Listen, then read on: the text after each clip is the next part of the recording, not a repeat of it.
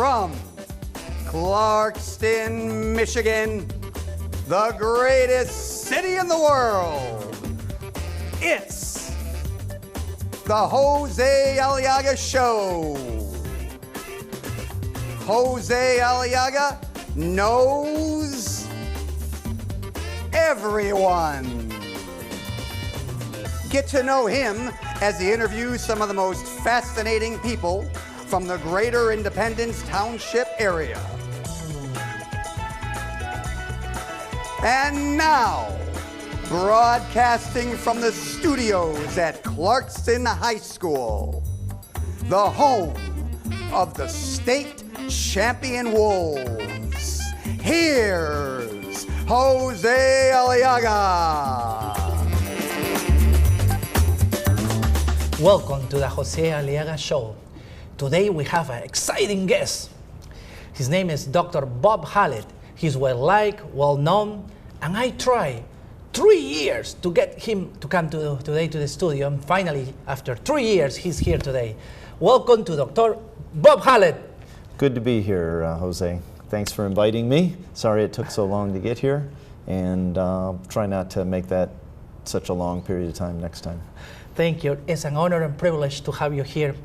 And a lot of people know you in Oakland County. You have been helping a lot of people. You are a chiropractor. But tell us what chiropractic is about. Well, chiropractic is, you know, it's a big science, and chiropractic has been around for a number of years. Actually, it was discovered in 1895 by a man named Daniel Palmer, who had a janitor that had a bone. Well, he had a bump on his back of his neck, and he noticed that it was there, and he had complained that his hearing had disappeared or had diminished. So he said, well, let me help you with that, and he worked on it and did a series of manipulations, and his hearing improved. His hearing came back. So that was sort of the entry point for chiropractic. Sort of at the same time, osteopathic manipulation came into play. The two developed similar at the time, but chiropractic has always emphasized more the nervous system and what the spine's role in potentially interfering with functions of the body. And of course, the obvious thing that we've worked with all these years is neck pain, low back pain, mid back pain, and how that radiates into the extremities. But I also work with patients in nutrition, try to give them nutritional counseling, I make recommendations, supplements, herbs, things of that nature that can potentially help them on their journey back to health. Good, good. And then you brought something very interesting. I met a lot of people in Clarkston Independence area that have a lot of neck pain, a lot of people. So you're saying by having a treatment, by chiropractic treatment, it can improve that? Yes. Because a lot of people say, I take my pills, but it doesn't work. It came back, and dependable pills. Right. So that type of people, they probably need a chiropractor. Most likely they need probably a chiropractor, right? Well, absolutely. You know, chiropractic is a manual method that we use to work with the spine, work with trigger points, work with muscles and stretching, exercise. But a lot of times people, because we're very medically orientated in our society, we're always looking for a quick fix. You know, we want a drug that's going to maybe take care of the problem and make it easier, less painful. And some of those things can be helpful, but many times taking medications is the equivalent of putting water on the fire alarm. It doesn't really do much for the fire. And my goal is always to get to the origin of the problem, to find out where the problem is coming from and get to the root of it. And so that's basically my emphasis, is find out what's really going on here. Let's not just deal with the symptoms. Now, I also meet people, they have, sometimes it says when we sit for a little bit, their legs become numb, get numb. That kind of people will need a chiropractor? Oh yeah, absolutely. Many of those problems are stemming from the spine. They're coming from the nerve is being irritated, pinched. A lot of times it's disc issues. Sometimes the muscles are tight. Can be coming from the lumbar spine or from the pelvis. And those are all things that we can help with very readily, and things that I've been doing now, practicing for 30 years. Been a chiropractor, graduated from Palmer College of Chiropractic in Davenport, Iowa, 30 years ago, well, over 30 years ago now. And I tell my patients, I say, you know, I've been doing this for 30 years, but each patient is kind of a new thing. So I say, you know what, when I first see you, it's kind of like I'm practicing, because I don't know exactly how you're going to respond. I can draw on my vast experience, but by the same token, each patient is a little bit different in terms of how they respond. So I want to make sure I individualize my treatment to what you need specifically and make sure how you respond. So I tell patients, you know, it's important when you come in, you get a treatment, but a lot of the treatment is the follow-up. You know, a lot of it is more just the follow-up, because I can tell how you're doing based on how you responded. You know, what was your response to what I did the previous time you were here, and then what does that mean going forward from here? So that's how I try to address it. And this year, I believe most chiropractors probably got patients from car accidents. That's right. A lot of car accidents. Yeah. Right. Well, you know, it's a variety of things. People get hurt on the job. They get hurt. Car accidents. You know. I tell people, patients, it's really, you know, just being around and doing daily activities can create problems. Gravity can have an effect on us, you know, just over time. But traumatic things are the most significant things. When we're injured following, you know, a fall down the stairs, fall just on the ground, lifting type injury, car accidents are devastating for a lot of people. And so I find those are the things that often are the impetus and push to come into the office. People, it's amazing how much people put up with things when they don't need to, and it seems like the majority of things that I do are dealing with people's pain, you know, and people that have done pain medications oftentimes are more sensitized to pain. You know, they take medications thinking that, well, it's going to eliminate the pain or help them with the pain, and maybe to some degree it does help them, but after the medications wear off, the pain reoccurs, and now they become more sensitized to it because they've supposedly told the body that it's not there, and then when it returns, they are feeling it. The body kind of amplifies the signal to let them know, well, we got a new problem, and so I find patients aren't enduring pain as well by doing medications. And you know, of course, it's different for everybody. You know, some people have better pain tolerance and are able to handle that better, but I feel that pain medications are often a slippery slope to getting results. Oh, I see. So do you ever have a patient that came and says, my doctor has been treating me with this medicine but didn't work, and then I still have a lower pain? Yes. Because I keep meeting people that says they have to sleep in the size, because they cannot sleep like this straight because the pain is really... Generally, the rule is when you have a problem, you know, you have a problem, so you have to be very careful what you do. When you don't have a problem, people can get away with all kinds of things. You know, they do things wrong and they don't have any problem. And yet, when you do have a problem, is when you have to be more careful. And sleeping, you know, you spend a fair amount of time in bed, so the surface that you're sleeping on can be important. How you sleep, what position. I find a lot of times patients want to gravitate towards one particular position. You know, they don't have pain there, but I try to encourage patients, you know, if that's the place that you're more comfortable on one side versus the other, start out on the other side, you know, just so you've gone through different positions, because I find, you know, the good position can become a bad position if you spend too much time there. So it's a good idea to switch things up. Sleep on your stomach for or lay on your stomach for a few minutes. I don't encourage sleeping on the stomach, but lay on your back for a while, you know, and then eventually try to find the position that you are best in. But certainly being in bed is a big thing. I actually find patients tend to hurt themselves getting out of bed a lot of times because their muscles relax, and then if they get up suddenly or they get up incorrectly.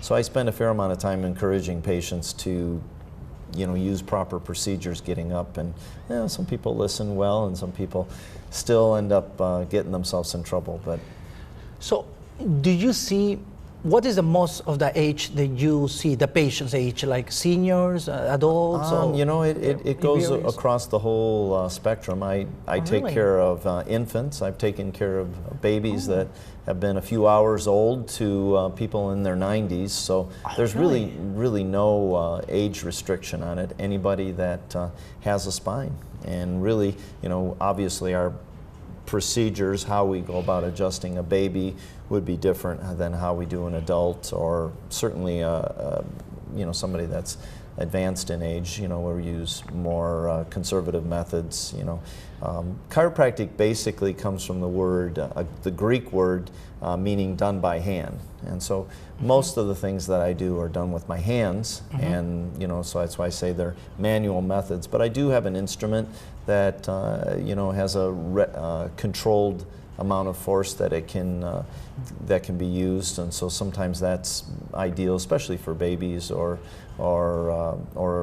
you know, you know, older senior citizens, I should say. You know, so that we use that. So, but I find that works good for a lot of patients. I use it more as a backup treatment following some of the procedures that I do. So, pretty much the whole spectrum. I like to get patients when they're young, because I find that we can avoid the problems that mom and dad end up with if we can take care of, you know, children and you know, even babies, because the process of being born can actually create some problems. Coming down the birth canal puts an enormous amount of pressure on the spine. You know, it's something that they're able to bear in most cases, but sometimes when things aren't exactly right, or if there's some trauma with the birth, forceps have to be used, different, you know, difficulties. You know, not every baby that comes down the birth canal is able to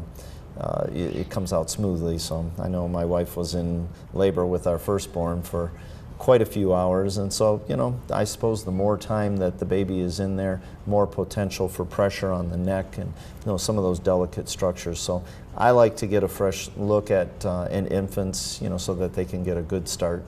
And you know, of course, kids, they're fairly resilient. They fall, they do different things. They pop up again. But you know, it's a good idea to catch things when they're young, so that things don't turn into a bigger problem later. I agree. I saw you also have special beds, special called technology to be able to do those treatments, right? Yeah. So well, chiropractic has come up with different tables and things that, you know, that lend itself to different things that we do. I know we do a flexion, well, we call it a flexion distraction table that works the segments, can separate the joints and create the effect that we want to get with that. But yeah, it's you know, basically done by hand, but some of the equipment and technology that we have helps us with what we do. So when you says a nerve got pinched or something like that, it means it's an obstruction of the nerve? Well, it doesn't mean, I wouldn't say obstruction. I would say it's, you know, pinching the nerve is kind of a generic term that we've come up with. It's more having to do with irritation of the nerve. Sometimes there can be herniation, bulging of the disc. That can potentially put pressure on the nerve. So there's actually a variety of things. Sometimes when the muscle goes into spasm, you know, there's different exit points where the nerves come out through the muscle, and so sometimes that can be an issue. So sometimes we have to address the muscle component. Sometimes it's just the spinal function. But I find the biggest thing that I deal with is trying to get proper mobility, proper play back in the spine. It's not so much alignment. Alignment is a small part of what we do, but the biggest part has to do with getting the proper play in the joint. So there should be a certain amount of play in really every joint of your body, not just the spine. But the spine, of course, is very important because it houses the nervous system that controls all the functions of the body, and so that's a really important thing to make sure that, you know, our bodies are sending the message back and forth. Our brain communicates with the organs of our body, the stomach, knows that it has something to digest because the stomach sends a message to the brain sends the message back to the stomach. Okay, we need to secrete hydrochloric acid, we need to break down that food, and these are all things that happen without us really even giving any thought to it.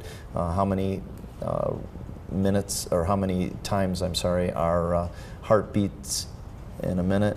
You know, that's kind of under control of the nervous system. So, you know, the idea behind looking at the spine for potential problems, and we call some of the term that we use to describe the problems in the spine is called a subluxation. It's a term that we use that means it's not a dislocation, but it's where the bone isn't quite lined up proximate with the other one the way it should be.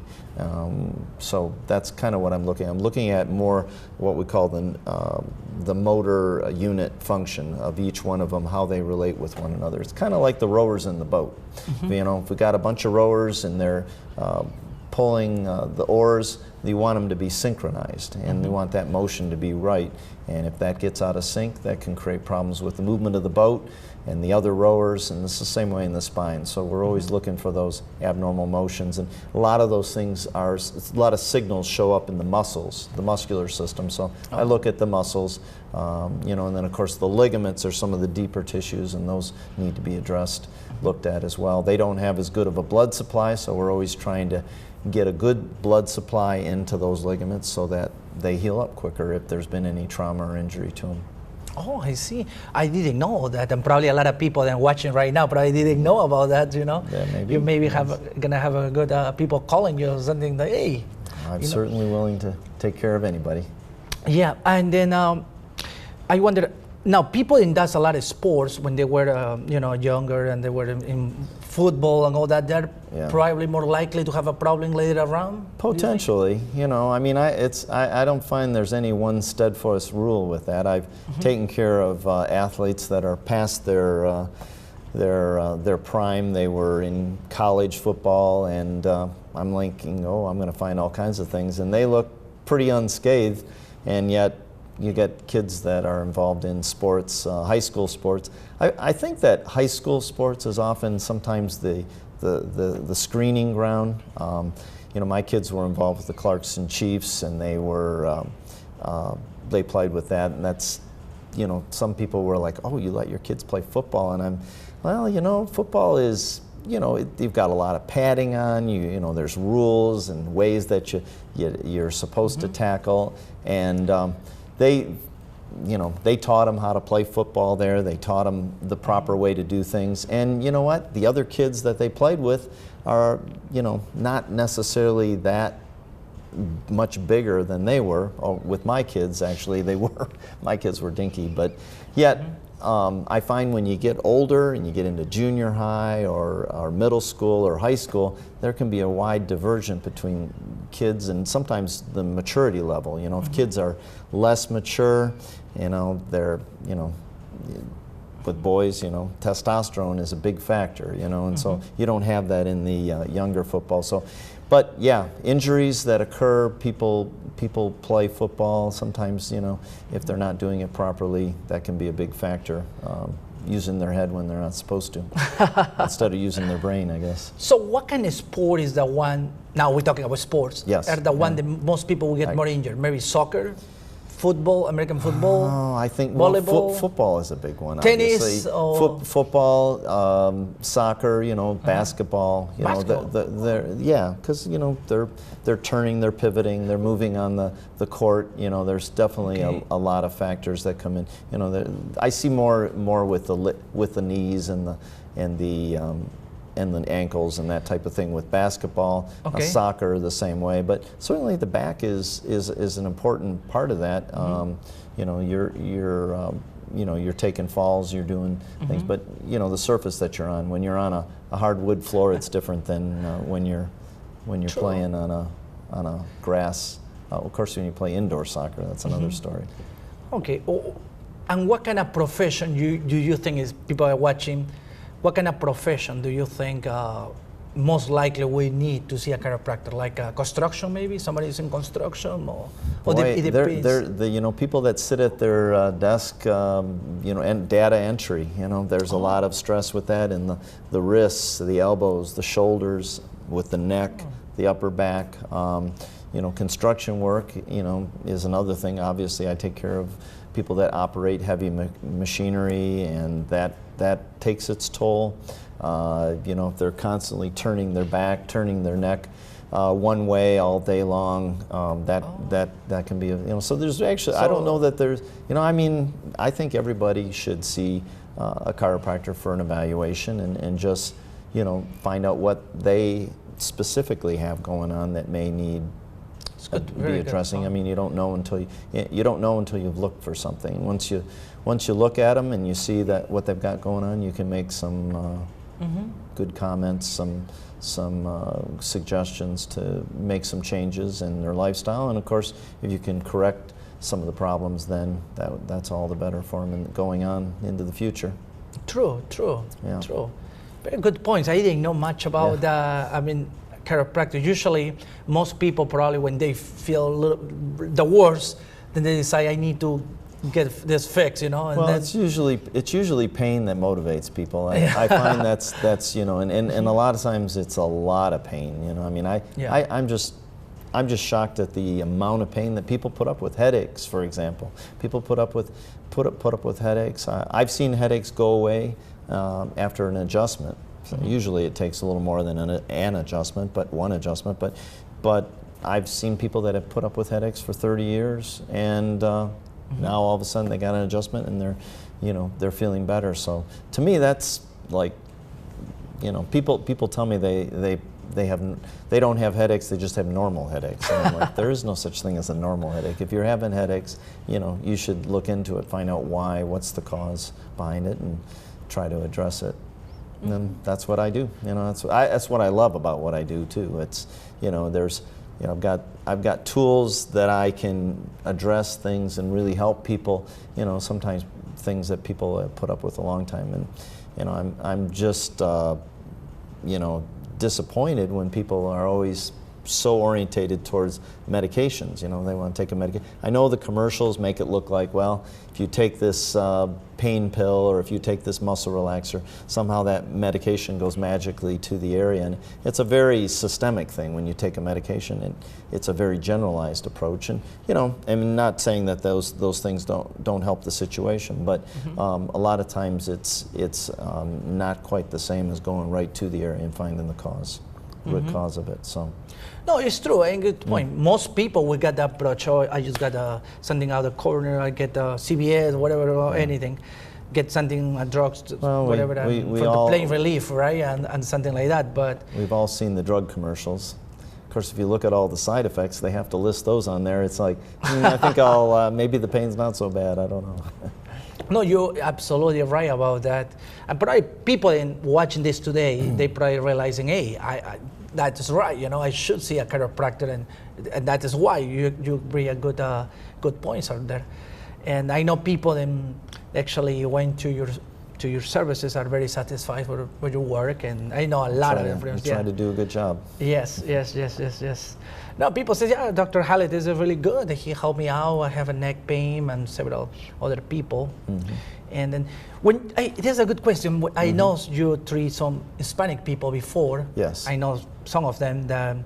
Is a language barrier for you when someone doesn't speak English that well? Because you get some people up there. Yeah, usually not. No? So I know some will bring in a family person that can speak better English, at least for the initial visit, because there's more questions on the first visit. But usually, I find most people can understand me. They may not be able to speak fluently, but they can understand what I'm saying, and so we usually can communicate. I don't know. I don't usually have any trouble. Usually, they'll come. A daughter or somebody that speaks the language really well will come on the first visit, and after that, we're good to go. No, it's good to know. It's a lot of people that then some people English is the second language. Yes. And they sometimes they don't have they don't have the right words for medical terminology, I would say. Well, they a lot of I don't know. I find a lot of people that have come here that English is not their first language.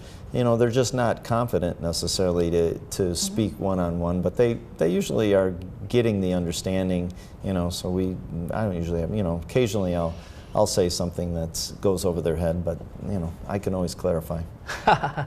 Yeah, no, most people that I know, the Hispanic community speak English really well. They do. I know that. Yeah, I absolutely. don't have actually problem. English is sort of a universal language, so It is. It is. It is a universal language for sure, Dr. Hallett. So, Dr. Hallett, for people that today hear your message and hear that you're a very efficient, good doctor, as I know.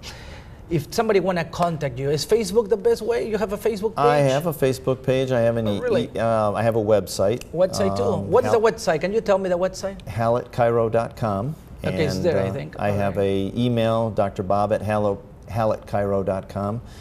You can feel free to do that or call me at my office. I'm willing to answer any questions.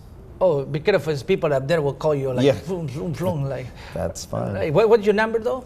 248-674-1900. Okay. And be happy to help. That I think your number. Okay, Yeah. so all right. You have a Facebook page, you said? I have a Facebook. That's so how I get you to Facebook? Hallett Chiropractic. Okay. And you can bring that up there. I have.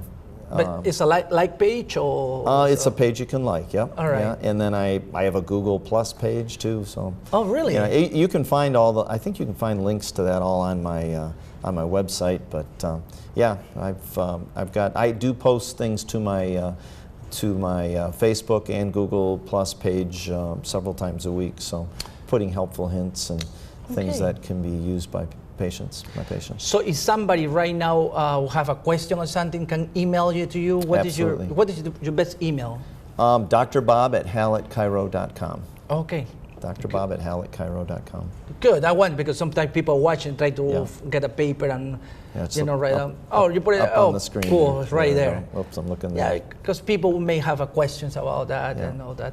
But well, thank you so much for Thanks for inviting me, Jose. Appreciate it. Absolutely. Had fun. Hopefully next time is easier than 3 years, waiting for him to come, Try not to make it that long.